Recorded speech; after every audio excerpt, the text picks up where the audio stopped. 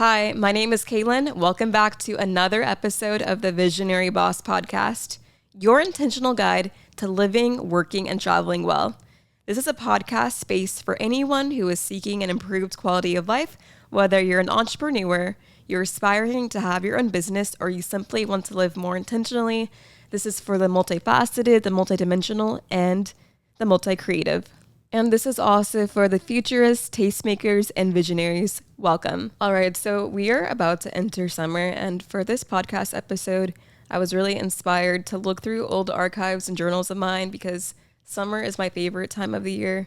I've always felt like fall was like my favorite time, but I think like the summer solstice and just it transitioning where you're in like hot climate, sun-drenched, and it's aspirational, that inclined me to want to do this episode. So my birthday is approaching, and with a new age, I'm obviously excited for what's to come, but I'm the type of person where I am nostalgic. So I do like to look at old photos from the previous year.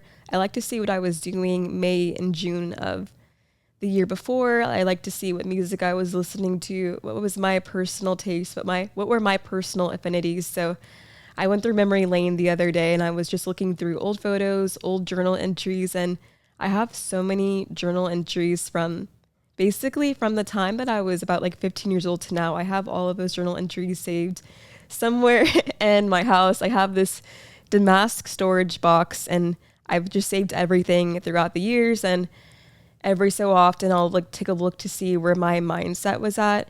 So looking through those things that I wrote from 15, 16 years old when I was getting the idea to do the Visionary Boss to even now looking at different notes in my phone or looking at different documents and pages, it's all saved in a hard drive on my laptop. I have this comforting feeling knowing that even all those years ago, like 10, 15 years ago, 5 years ago even, I was kind of always on the same page and like the same train of thought, and I was always like going somewhere. I was always utilizing the resources I had in front of me. I was always being creative. I was always nurturing that inner child in me, like the inner child that's excited and wants to transcend, but it's also nervous and understands like the reality is of conforming and being in the world and living your life, but also like living for other people. We try not to do that, but I think it's just like a natural symptom and habit of just being in the world and being aware of like who's around you and understanding different set plans that everyone has or, expectations. But taking a look at my old journals, it just reminded me to like step away from all of that. So today I want to share some different thoughts and words of advice that I've learned throughout the years working in corporate America, starting my own business, starting multiple businesses and creative ventures and startups, and doing that at the age of 17 years old, 18 years old.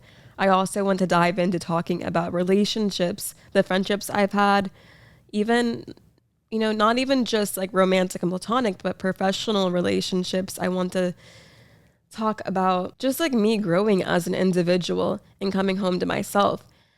I feel like I think at a certain age, like those formative years, you are who you truly are, but it's up to you to keep nourishing that and to keep showing up as yourself, and how unlocking your inner child as an adult can really help you with your career. It can help you with creative pursuits, basically anything under the sun, because we're constantly evolving and you have to give yourself the grace to be yourself, but also to transcend. And I saw a podcast clip the other day. It was Gabrielle Union, and she was talking about this idea of reinvention. And she was saying that she really doesn't aspire to reinvent herself because she is who she is. So the people around her kind of have to allow her to be who she is. And I kind of love that because even now in my like later 20s, I still feel like I'm the essence of who I always was. Like when I was in high school, middle school, when I was in third grade even, or when I was a toddler, I have certain like things about me, just certain creative, innate things about me that have always existed. I just had to be the one to accept myself for who I really am and to allow that to flow into my work.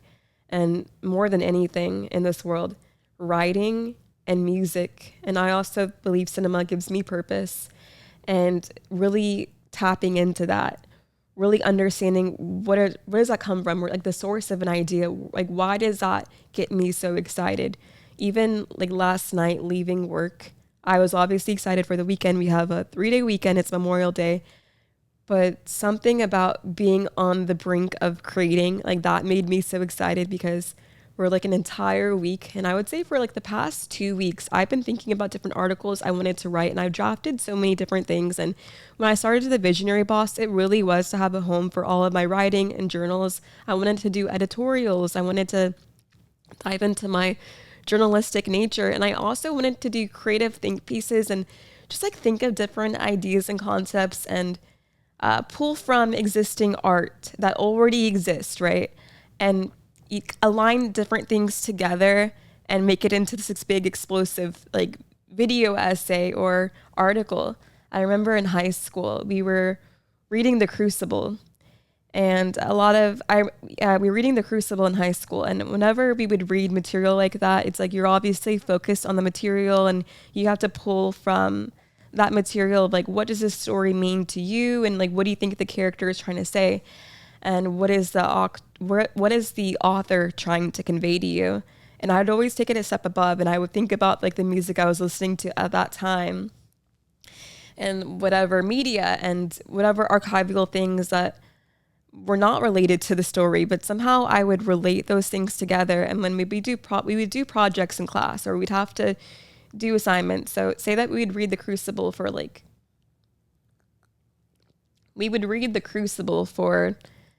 like maybe 2, 3, 4 weeks at a time. And through that time, I was collecting different art, music, media that I felt like was related to it.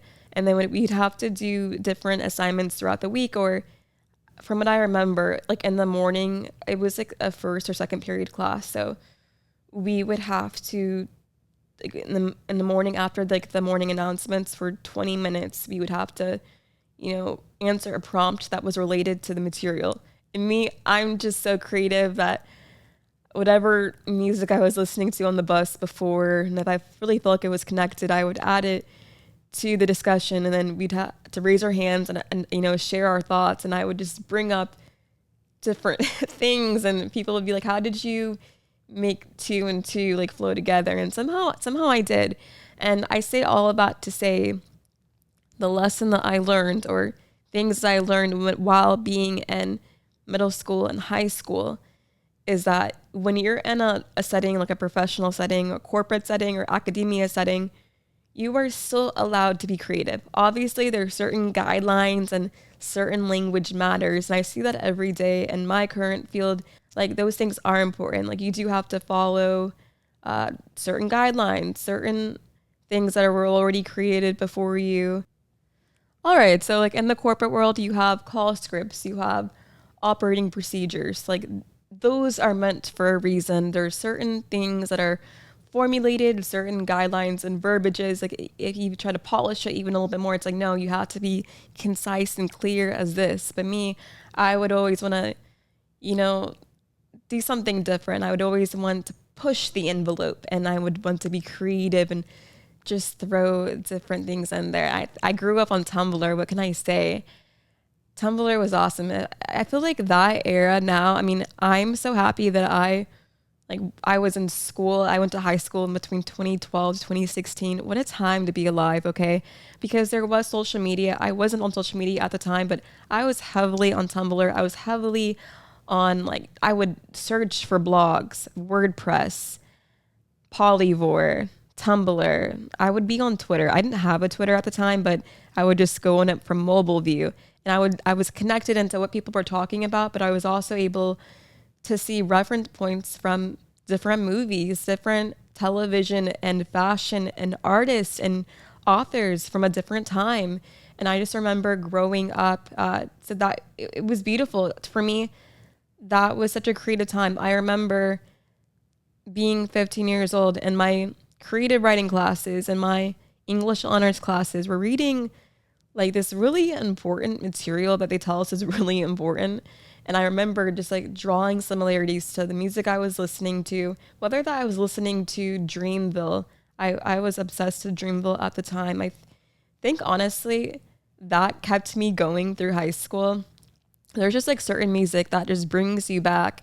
And Dreamville, J. Cole, just the artistic abilities of those artists, the level of cinematography and the music videos, that really inspired me and pushed me to lean forward more into studying music videos from that time and from like the early 2000s, the 90s, the 80s, and just understanding how you can take like a regular visualizer and then just make it into a mini movie. That really pushed me to even want to create the Visionary Boss, because I wanted to independently create my words with visuals together. So I would say keep the creativity alive. And even now, and like being an adult, like when I have my free time, I'm very adamant about what I consume. I don't watch a whole lot of TV. I don't even have cable right now. So for me, I have Netflix. So if I'm going through Netflix and I see a movie, I'm like, I've never heard of this movie. I haven't really talked to anyone. I haven't heard anyone really talk about it in a sense where it's just like a culturally popular movie. Maybe it's a deep cut. So like a deep cut for a song. This is a deep cut for a movie. And I watch it and I'm like, whoa, blown away. One of the movies that has shaped me is the movie called Hav Plenty. You can usually find it on Netflix. They'll have the licensing for it where you can watch it every few years or on demand. But it was actually an independent movie, and Miramax bought it. And let me pull up. I want to talk about this too, because that movie really shaped me to wanting to create my own art and write. So the director is Christopher Scott Cherot. It follows Lee Plenty, a wannabe writer who is homeless and apartment sitting for his friend, the wealthy Havlin Savage. While she's visiting off family, Lee jumps at the chance to see Havlin, whom he secretly has loved for years, and when he's invited to her New Year's Eve party, he makes that happen. But that night leads to romantic complications that also involve Haviland's recording artist boyfriend, Michael Simmons, and her sister, Lee. You have to watch this movie. It came out in 1997. It's considered, in a nutshell, as amusing, charming, and tender. I remember watching this movie when I was 17 years old. I was a senior in high school. I had a long day at school. I just wanted to tap into something that wasn't quite what was popular at the time. This was 2016. And I found this movie on Netflix. During that time, I was like on a deep dive of finding like independent movies and just like movies that weren't like, that were to me kind of like cult classics, if you know, but not super popular, where if I say like a certain movie out loud, people may have not seen it. But I love that movie because the director actually, he wrote the movie and he starred in it. I'm not going to reveal too much, but I think that movie was like inspirational to me, because to see this guy who spent such a long time, I imagine, writing and screenwriting the script, and then he had to allocate the funds for it.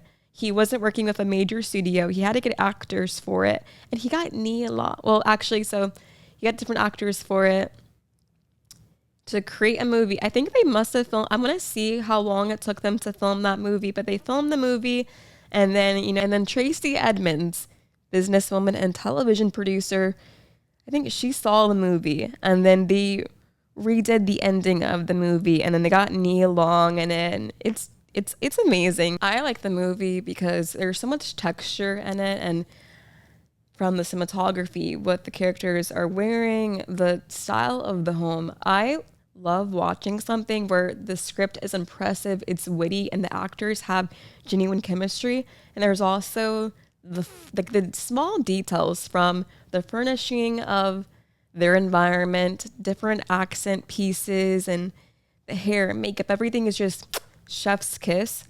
I love that. It's like the perfect backdrop. Like there's certain movies and shows where you obviously watch for the plot, but I'll have it on the TV just for a nice, aesthetically pleasing, refined, like taste maker backdrop. Shows like Sopranos. Of course, you're watching for Tony and the storyline, but when you're rewatching it, I mean, you're gonna be unloading the dishwasher, you're gonna be doing a thing or two. You might miss a thing or two, but it's like the overall the essence of it. I mean, people love The Sopranos because it's following an anti-hero, but it feels real. I think the thing I like about Sopranos is that it actually feels real.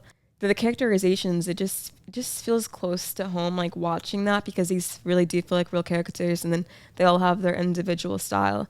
I think a lot of detail went into creating the characters, even for Meadow and for little AJ, their costuming, the music, and the media that they were consuming that was shown on the show. Those details really matter to me, and I've always loved details like that.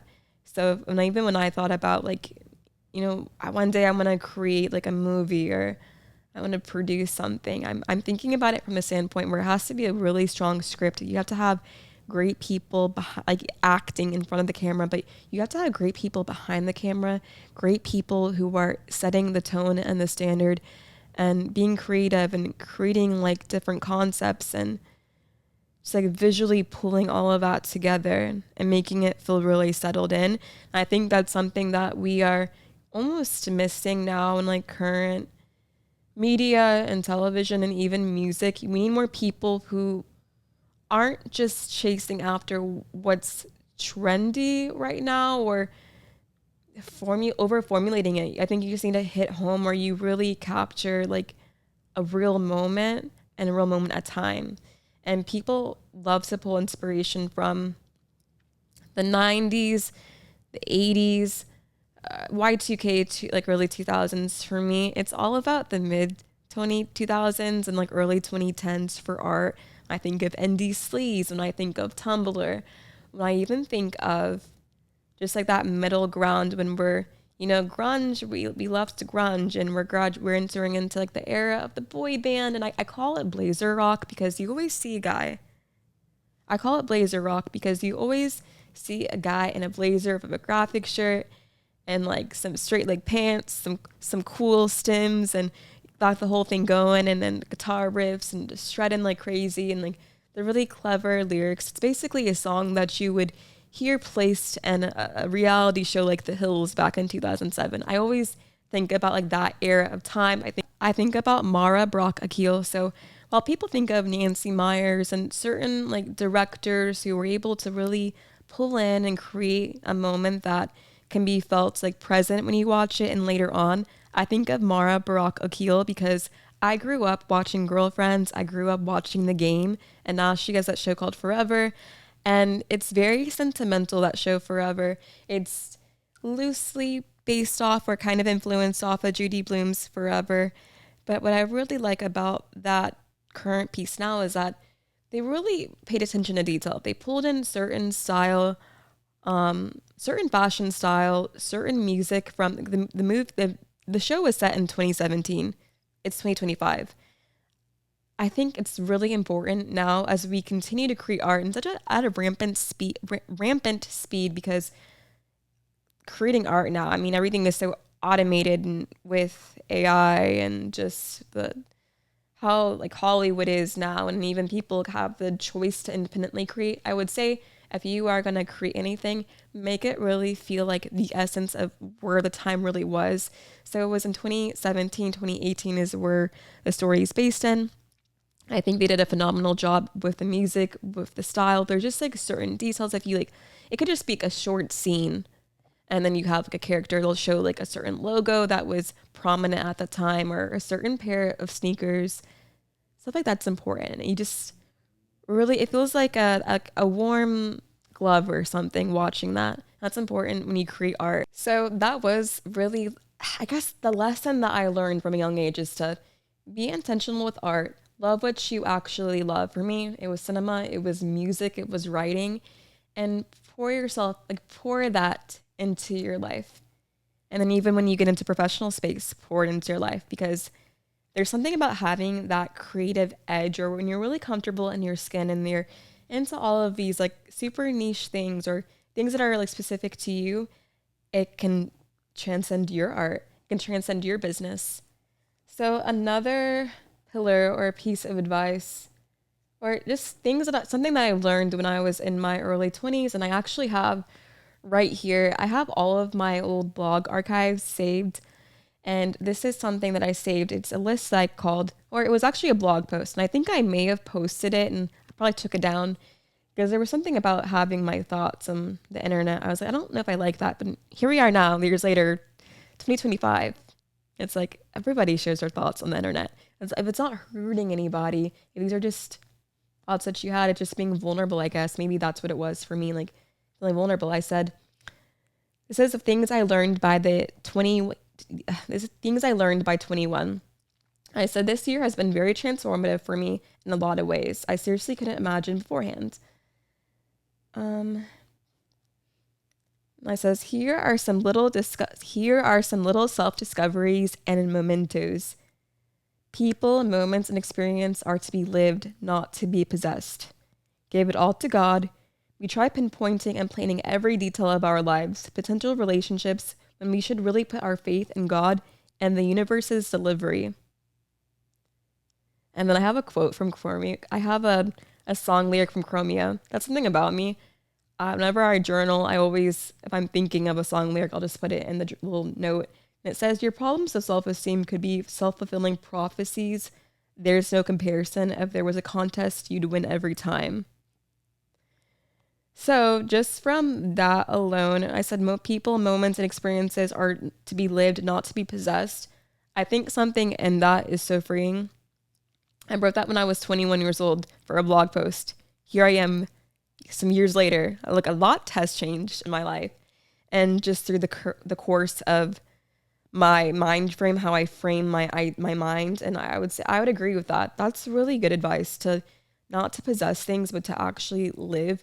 It doesn't mean you have to be aimless or be inconsiderate of your boundaries. It just means that you are very present and you give grace to yourself and you give grace to others. And we always say that, like, oh, I'll give grace to people, and you really don't. But sometimes you have to tap into that. So don't be anybody's fool, obviously, but give some type of grace, and give grace for the moment. You're going to mess up. It's bound to happen. And you're bound to succeed. You're bound to do amazing, great things. Just give yourself grace while you're doing it. So the next piece of advice I had for years ago, I said, I have to allow myself to take breaks. There is beauty in resting. The only rat race is truly in my head. Let me think about that. So I wrote that when I was 21 years old. Some years later, how do I feel about that? I completely agree. I feel like rest is beautiful. Here's the thing. We have ideas. Sometimes we feel like we're in a time crunch to execute those ideas. I'll say there's a balance. And then that's basically, look, that's the advice for everything. There should just be a podcast. Here's the balance. There's not really a right or wrong way, but I will say you have to allow yourself to get rest. I don't care if you are just working a 9 to 5. If you are in corporate America, you're working for an organization, allow your brain and your body to get rest. And I'm diving into different things here, but this is all going to make sense because I think about things from an analytical, crunching numbers standpoint, and also the creative side. So with giving yourself rest, you absolutely need to. And I would say most organizations and corporations, they have sustainability guidelines, or they have a third-party vendor that they work with to make sure that the environment that they're creating is sustainable for the people working there, whether that's through the food served in the cafeteria, it's through wellness programs and initiatives, or it's the resources that they give their employees. If your job is promoting that, you need to also promote that in your personal life. So give yourself rest, take breaks. Like when I was younger, if I had an idea for a blog post, you betcha I would sit there and write that blog post, and it would take some time, and I would edit it. I would find photos. I would create the title for it. I would create the excerpt for it, and I was good to go. I don't have that same time, and it's not so much like that time I had was such a luxury, because it was, but I don't have like the mental, I don't want to say I don't have mental capacity, but there's no way that I should be sitting there and like trying to do something all in one sitting. It's just not really feasible. And I think that to really truly create, and I think about it from an artist standpoint, there's a lot of artists who will literally write a best-selling hit in one sitting. Sometimes that happens. Sometimes there's lightning in a bottle. But for the day-to-day and realistically for me, getting rest is important. I'm not going to turn sleep down. I live to create and to do all the things and to show up. But I like leisure. I had to lean into that. Like, it's okay to rest and give yourself time, especially like on the weekends when you have time off. You got to balance both. And the only rat race is in your head sometimes. I agree with that too. I agree with that. The other thing that I said is the only validation worth having is God's love. At the end of the day, no one sees all the behind the scenes work you put in. You're surrendering and starting over. People will say cruel things, imitate, try to lowball you, and be in competition with you and hurt you. Blase, blase, lol. I actually wrote this. Trying to prove people differently and all the extra is so exhausting. I may not get an applause 9 times out of 10, but I'm okay with that. The security and the sincerity I need or crave shouldn't be placed in temporary hands. I learned to have gratitude and love for myself. As long as I am worthy in my eyes, that's all that matters. Wow. Reality is a lot warmer than social media, influencer culture, Instagram algorithms, and I kind of go on and on about just like how I learned like being in like certain spaces and like being in communities that are, back then it's like for influencers, creatives, and bloggers. It's like actually being present in those communities and going to events. Like at the surface level, it seems cool, but sometimes you're not going to always meet your tribe of people. And what I felt was comforting was actually to create the art, not to just be in showiness or, oh, perfect photo op. There's more to that.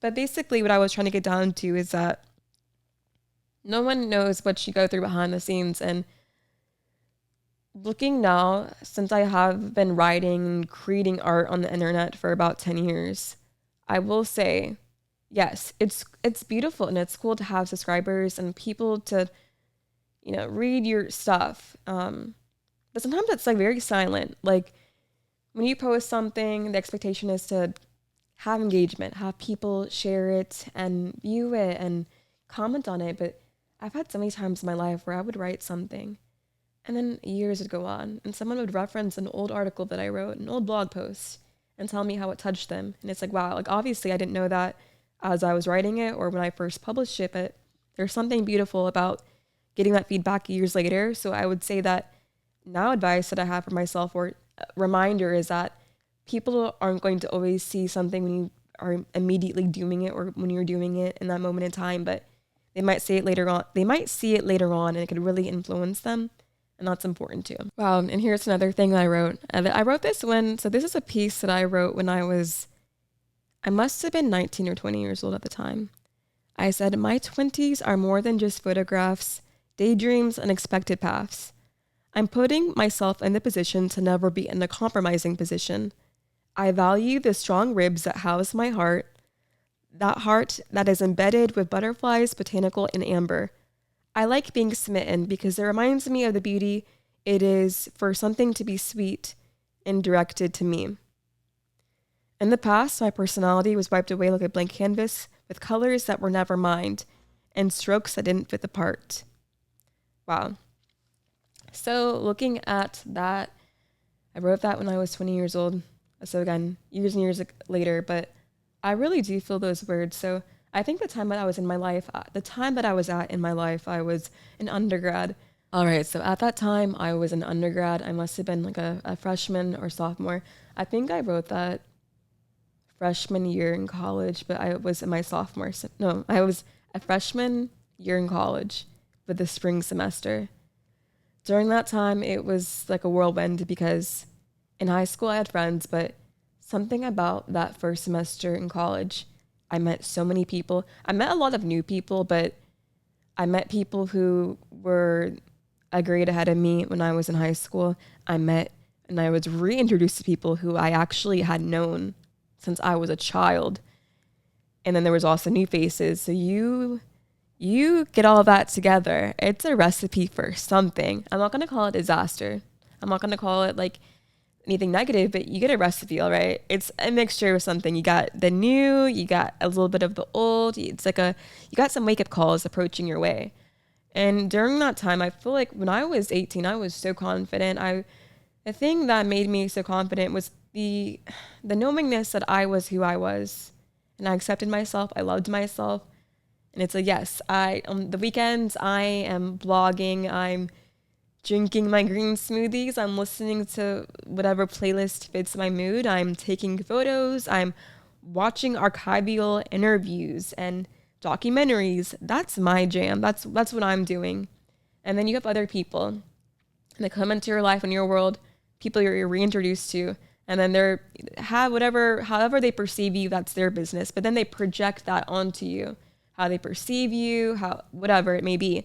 And then to an extent, you kind of learn to conform. And it's like, well, do I actually want to be this creative person who has like a magnitude of things they want to accomplish in life that seem out there and outlandish to some people? Or do I want to conform and just, live like everybody else? And obviously, like, no one wants to conform and be something that they're not, but it's so easy to feel like you have to suppress your artistic abilities. I mean, for me, like the everyday regular, yes, like I work a 9 to 5. I've done a lot of things. I've done a lot of things where it's like things that are avant-garde, and also things that are kind of societal expectations. But I'm not saying societal expectations as to like me feeling like I have to meet a standard, but I'm just saying like things that are like, you go to school and it's like, the new pillars of success, I feel now, it's like you go to school, you get your master's degree, awesome. You get a really great job, awesome. You become a director or VP, awesome. And it's like you do all of these things, you get married, great. And then you have babies, and then you have the white picket fence, and it's like, all right, there's a Halsey song called This Is What You Asked For. And when the song came out, I'm like, it touched so many points for me. She said, you wished upon a falling star, and then you left behind the avant-garde for lemonade and crystal glasses, picket fence, file taxes. Well, is this the life that lies ahead now? And I had to toy with that. Like, do I want to just be me, this visionary creative? I call myself the visionary boss. Do I want to do that, or do I want to conform? And it's like, people are going to judge you either way.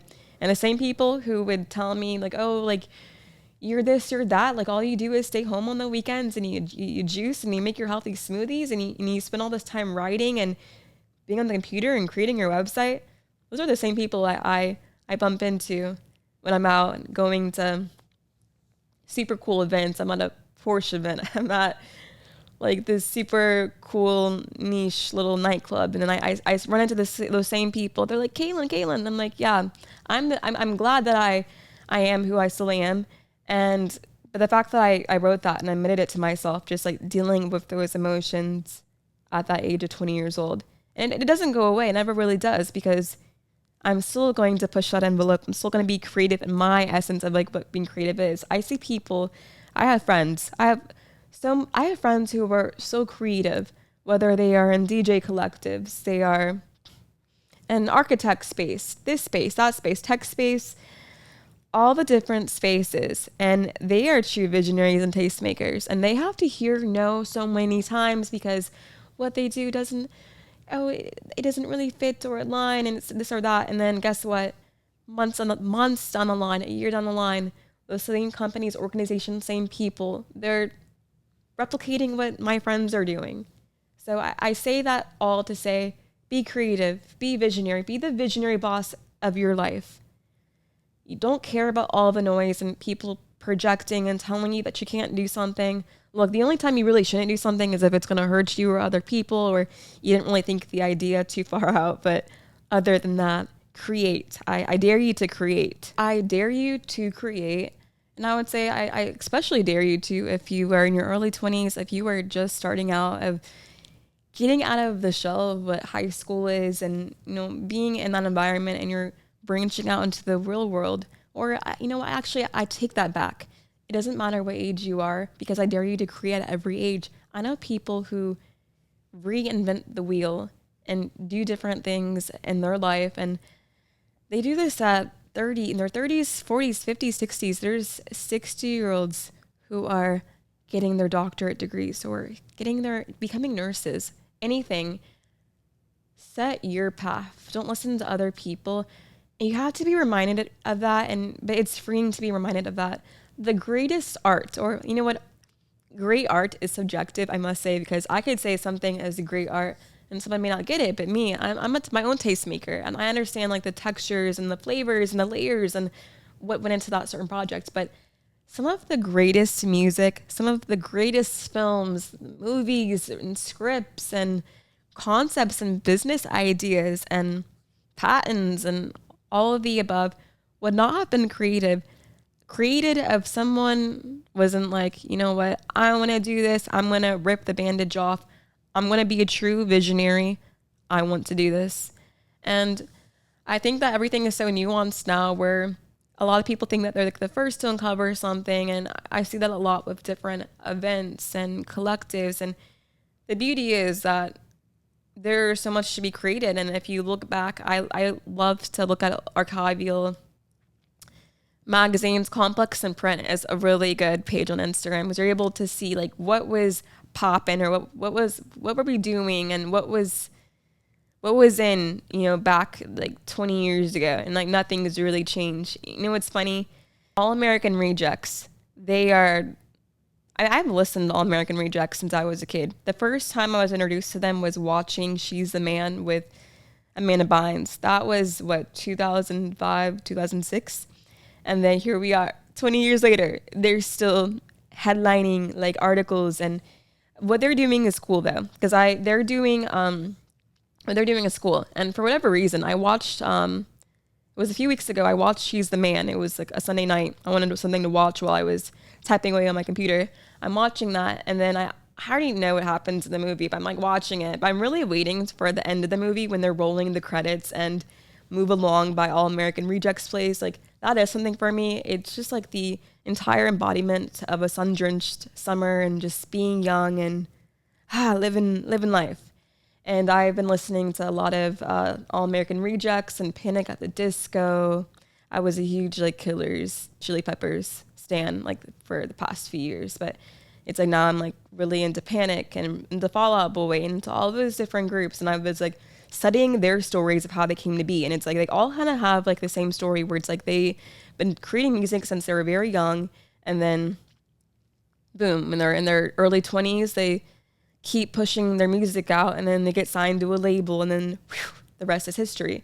And if they weren't so eccentric and theatrical and all of us and that, like we wouldn't have that art. So that's awesome. And then All American Rejects, I was listening to them so much for the past month, and then I saw that they were doing a lot of like pop-up shows and smaller venues, backyards, and even houses, and a lot of people are talking about it on TikTok. There's a lot of articles posted about it, and it's like that grassroots approach. So I think that's even a lesson in media and a lesson in art is sometimes we don't have to reinvent the wheel and do too much. It's a kind of going in and honing in on the human experience, because those grassroots shows are necessary because they're accessible to people. They're not like extremely crazy ticket prices. Parking isn't ridiculous. These are accessible concerts, and it's not like it is produced. Believe me, it's produced, but it's not like overly highly produced where it's not achievable and it's like doing too much. And sometimes we have to have a simplistic evergreen approach to what we do. That's a lesson learned. And that's kind of the lesson that I'm learning with my brain and myself, but you don't have to overcomplicate things. You just have to feel like the core of like what's real.